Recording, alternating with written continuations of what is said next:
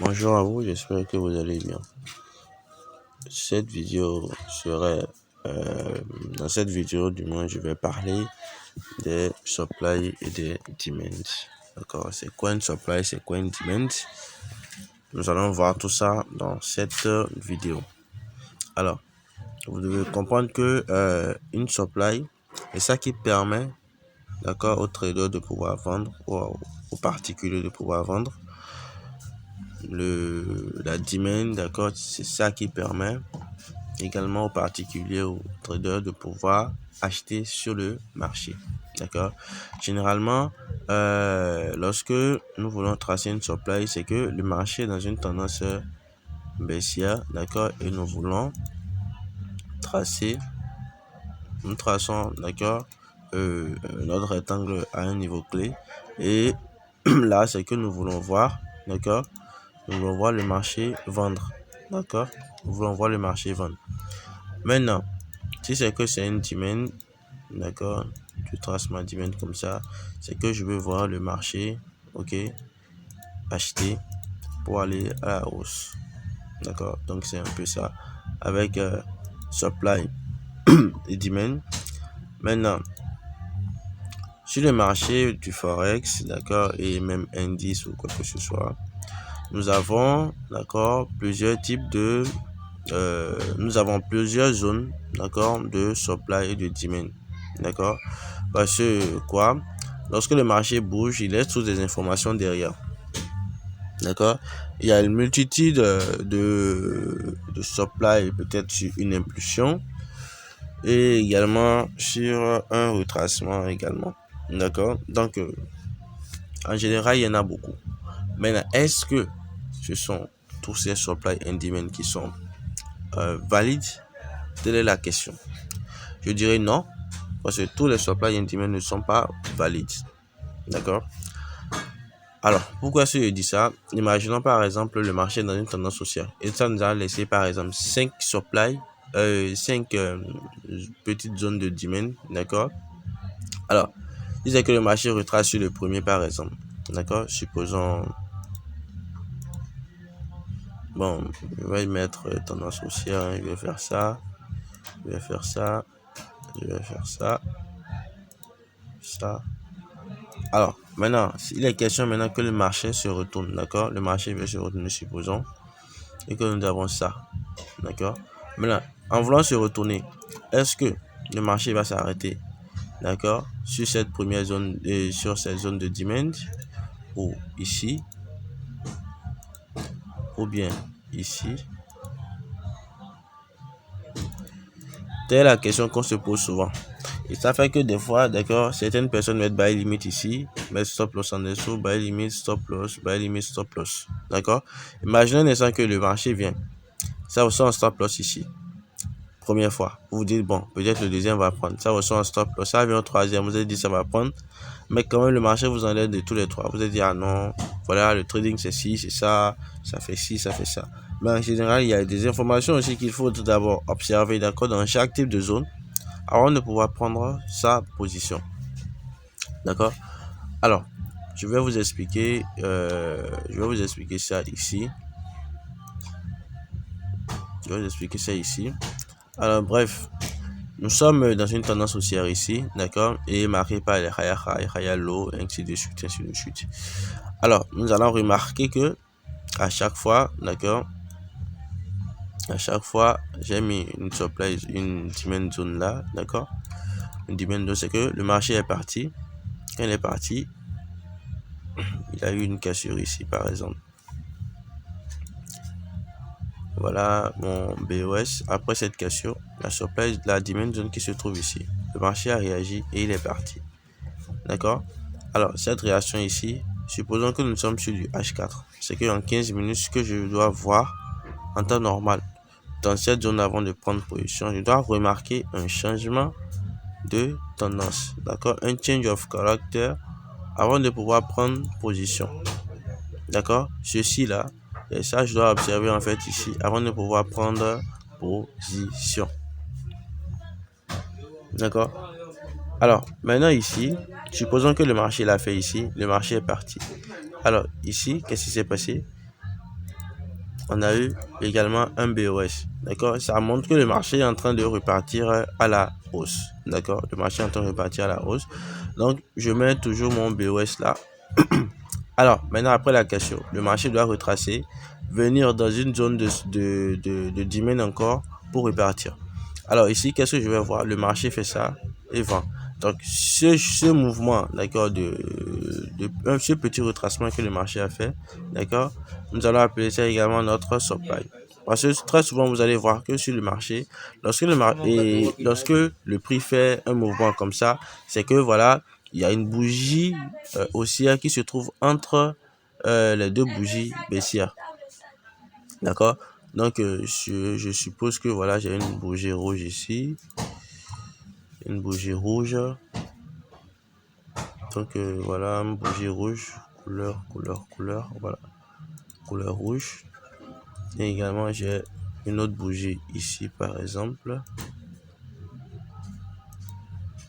Et ensuite, j'ai une autre bougie qui fait ça. D'accord, donc la bougie du milieu là, je vais mettre une bougie verte. D'accord, une bougie haussière à ce niveau. D'accord, donc c'est marqué par ça en fait. D'accord, ceci c'est ce que je trouve ici. Donc ça veut dire que le marché en réalité il a fait ça, il a vendu, les montées, ensuite il a vendu. D'accord, donc c'est un peu ça en fait la supply qui se trouve ici. Alors, qu'est-ce que nous on fait, d'accord, lorsqu'on voit ça, c'est que nous traçons notre rectangle au niveau de cette bougie verte là. D'accord, donc ici le marché est en train de vendre, du coup, ceci sera la supply zone. Donc, je vais mettre supply comme ceci. Voilà, d'accord. Donc, c'est exactement ça qui se trouve ici. Alors, avant de prendre position, ce n'est pas parce que j'ai vu ça que je vais directement prendre position, d'accord, lorsque le marché va se retourner pour vendre en même temps. Non, d'accord. Il y a ce qu'on appelle les confirmations d'entrée. Et c'est ça qu'il faudrait observer. J'avais fait une vidéo dessus précédemment, donc vous pouvez le fouiller et voir pour ceux qui ne l'ont pas vu. Donc, il n'y a pas une raison pour pouvoir entrer là directement. Ok. Vous allez voir ici, qu'est-ce que j'ai fait? Le marché a vendu. Ok. Donc, lorsque le marché a vendu à ce niveau-ci, après la supply ici, il s'est arrêté au niveau d'une dizaine encore.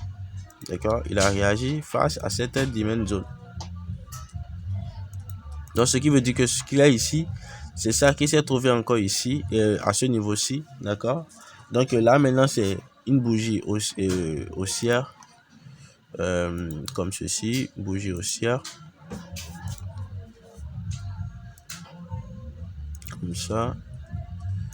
Et ensuite, comme ça. D'accord, donc la bougie du milieu sera une bougie rouge.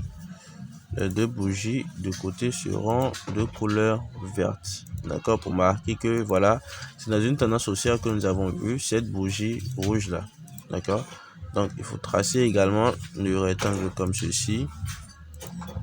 D'accord, et mettre demand. D'accord, donc ce qui est ici, c'est ça, on a encore là. Du coup, nous avons comme ceci, voilà, là, là et là. D'accord, donc c'est pratiquement la même chose en fait. Donc c'est ça j'ai ici. On va voir que le prix a réagi là. Ok, maintenant cette réaction, est-ce que ça va montrer une confirmation comme ceci? Si oui, tu prends ta position. Sinon, voilà, tu te mets à l'écart. D'accord, et ici c'est quoi? C'est que lorsque le marché s'est retourné, il est revenu ici. On observe, le marché a fait un high, un low, un high. Le high est entré, d'accord, dans la supply zone et ça a réagi. Donc la supply zone, en la faisant réagir, d'accord, le marché a vendu jusqu'à casser notre tout petit lot qui se trouvait ici pour marquer notre change of character. D'accord, et ce choc qu'on a eu ici, vous avez vu, le marché a retracé. Ce retracement que le marché a fait, d'accord, ce retracement que le marché a fait, c'est qu'il est parti dans une nouvelle, d'accord, supply zone que il aurait laissé pour pouvoir vendre. D'accord, ça maintenant te permet de prendre position à la vente et de target, d'accord, le lot que tu aurais choisi. Parce qu'en réalité, avant de choisir un lot, il faudrait savoir, nous sommes dans une tendance haussière. Donc, ce que je suis en train de prendre ici, c'est un retracement. Donc, je ne vais pas abuser pour mes take profit. D'accord? Peut-être vendre et prendre mes take profit partiels. Ça, c'est important. D'accord? Donc là, maintenant, ce que je vais faire, c'est que quoi? Le marché est dans une tendance haussière. Ce qui voudrait dire que nous avons une demand zone qui se trouve encore ici. OK? Et cette demand zone maintenant va permettre de pouvoir prendre l'achat. OK? Maintenant, en réalité, vous allez voir que le marché a réagi, le marché est parti. En partant également, nous avons eu, OK, une demand zone à ce niveau. Alors, cette demand zone, vous avez vu, juste parce que le marché a réagi, il est parti. C'est parce que ici, j'ai tracé ça avec des traits. Sinon, normalement, d'accord, avec des bougies, il y aurait peut-être des confirmations à aller observer et tout. Donc là, également, nous avons une demand zone. Le marché est parti. En partant, c'est quoi? Et qu'est-ce qu'il a fait du moins? Le high qu'il avait créé ici, d'accord, c'était un lower high. On est d'accord. Donc, ce lower high maintenant a été cassé. D'accord? A été cassé. Donc là, maintenant, je vais mettre un choc. D'accord? Maintenant, après ce choc-là, maintenant, le marché doit retracer, n'est-ce pas? En retraçant, il y avait déjà une demand zone qui était là. Donc, le marché réagit juste dessus. Tu prends ta position et tu targetes maintenant l'order flow. OK? Le marché casse. Le marché revient encore là. OK? Lorsqu'il revient ici, donc il réagit et il s'en va encore. D'accord? C'est pour vous dire que les supply et demand, ils sont partout sur le marché. D'accord? Mais là, c'est pouvoir les identifier, en fait, le souci. Pouvoir identifier et pouvoir observer la confirmation qu'il faut. Parce que vous savez, nous les traders, nous cherchons à tout le temps prendre position achat ou vente en même temps, sans se soucier des confirmations. Et ça, ce n'est pas bon. D'accord? Pour un trader débutant, ce n'est pas du tout bon. Alors, ici maintenant, j'ai essayé de rematérialiser un peu le truc. Voilà un peu, j'ai la demand zone là, d'accord, après la cassure.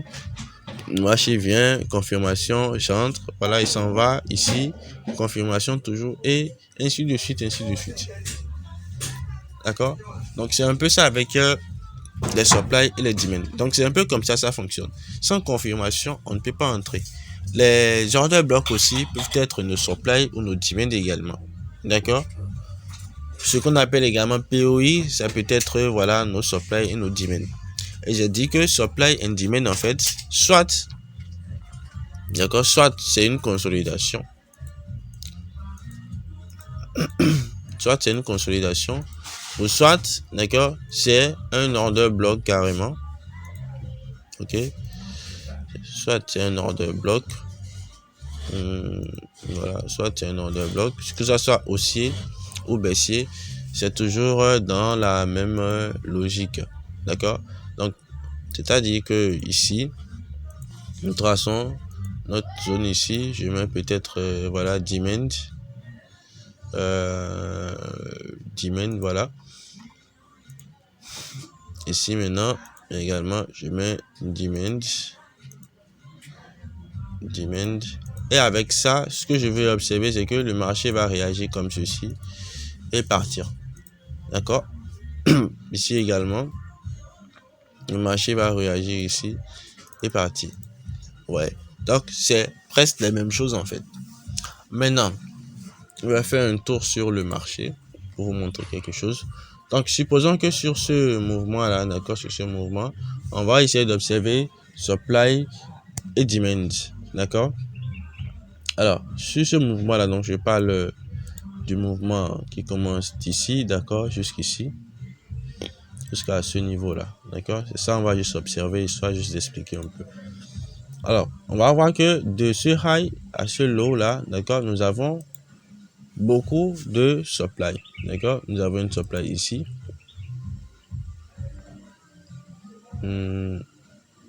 voilà, nous avons une supply à ce niveau, d'accord. Ici également, d'accord, nous avons une supply là, je vais expliquer ça tout à l'heure. Ici également, qu'est-ce que j'ai ici? J'ai des consolidations, d'accord, la consolidation, également une supply zone à ce niveau. D'accord, une supply zone à ce niveau. Alors là maintenant sur cet aliment nous avons 3 supply. D'accord, nous avons 3 supply. Alors qu'est-ce que nous allons observer? Pourquoi est-ce que le marché a réagi ici et il n'est pas parti là pour réagir malgré que nous avons de l'imbalance? D'accord, c'est ça nous allons essayer d'aller voir. Donc je vais aller sur du 1 heure. Alors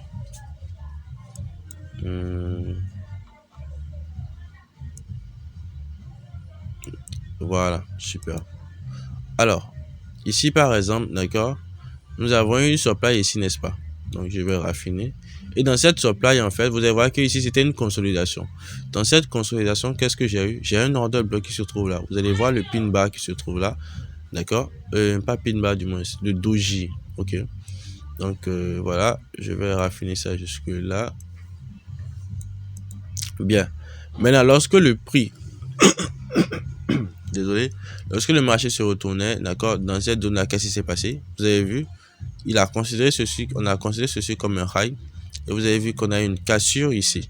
D'accord, donc ça fait un BOS qui montre que le marché est en continuation. Maintenant, qu'est-ce que le marché a fait? Il a retracé jusqu'à entrer à l'intérieur. Ok. Ensuite, qu'est-ce qui s'est passé? On a vu d'abord une première réaction. Cette réaction en réalité n'a pas vraiment cassé le low, le dernier low qui se trouve ici. Ok, n'a pas vraiment cassé le dernier low qui est ici. Maintenant, vous allez voir que ici, la cassure d'ici là, vous avez vu que c'était un doji qui était là. D'accord, donc cela voudrait dire que ça n'a pas encore bien cassé. Le marché, vous avez vu, à cause de ça, le marché est reparti à repris sur high. D'accord, il est reparti une seconde fois maintenant et il a vendu. Alors cette vente qu'il a fait, d'accord, cette vente qu'il a fait à ce niveau là, vous allez voir avec moi que, d'accord, il a vendu ici également il a terminé avec une mèche là. Donc là on a beaucoup plus une cassure effective, parce que si je vais sur du 15 minutes, normalement je dois avoir une bougie en dessous. D'accord,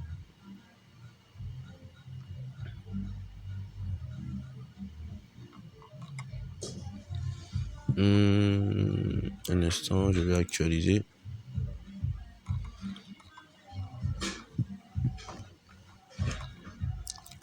Supply and demand, c'est un truc à vraiment maîtriser, parce que si on veut vraiment évoluer, d'accord, il faut savoir comment les manipuler, d'accord, pour les avoir à sa merci. Parce que sans ça, d'accord, je ne pense pas que on puisse beaucoup évoluer, d'accord, dans ce marché là, supply and demand. D'accord, même les retail savent ce qu'on appelle supply et ce qu'on appelle également demand. D'accord. Alors ici, d'accord, ce dont je parlais, c'était voilà, c'était ce low là, d'accord, après ce high. Ensuite j'ai le choc ici, d'accord, j'ai le choc là, d'accord, et vous avez vu, après ce choc j'avais maintenant une supply zone qui se trouvait ici, d'accord, une nouvelle supply zone du moins qui se trouvait là. Voilà, d'accord, et cette nouvelle supply zone, vous avez vu, le marché a fait quoi? Il est reparti dessus maintenant pour vendre. D'accord, et là maintenant on voit que notre analyse est vérifiée en fait. D'accord, là tu prends ton trade sans complaisance, c'est que tu prends ton trade et puis toi-même tu es sûr en fait. Ouais, et là maintenant tu prends ton trade, regardez, notre safe trade profit, d'accord, c'est ici. Donc si c'était qu'on devait prendre une position en réalité de là,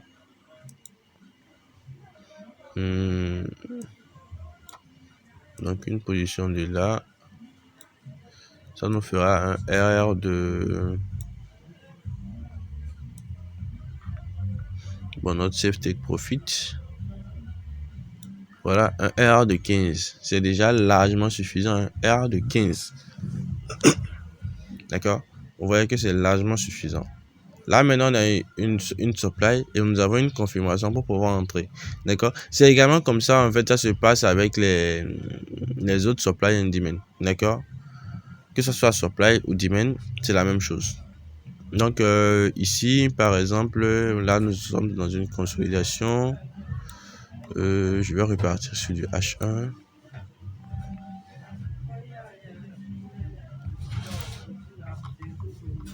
bon, là, on n'a pas eu grand-chose, d'accord? Mais ce que vous devez comprendre, c'est que ça se passe de la même manière, d'accord? Ça se passe de la même manière et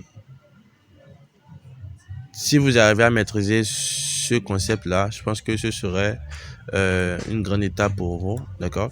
Donc, les prochaines fois, pour les vidéos prochaines, je ferai également du backtest que je vais balancer et observer un peu. Vous allez voir un peu, d'accord, comment est-ce que les zones se manifestent, les confirmations et tout.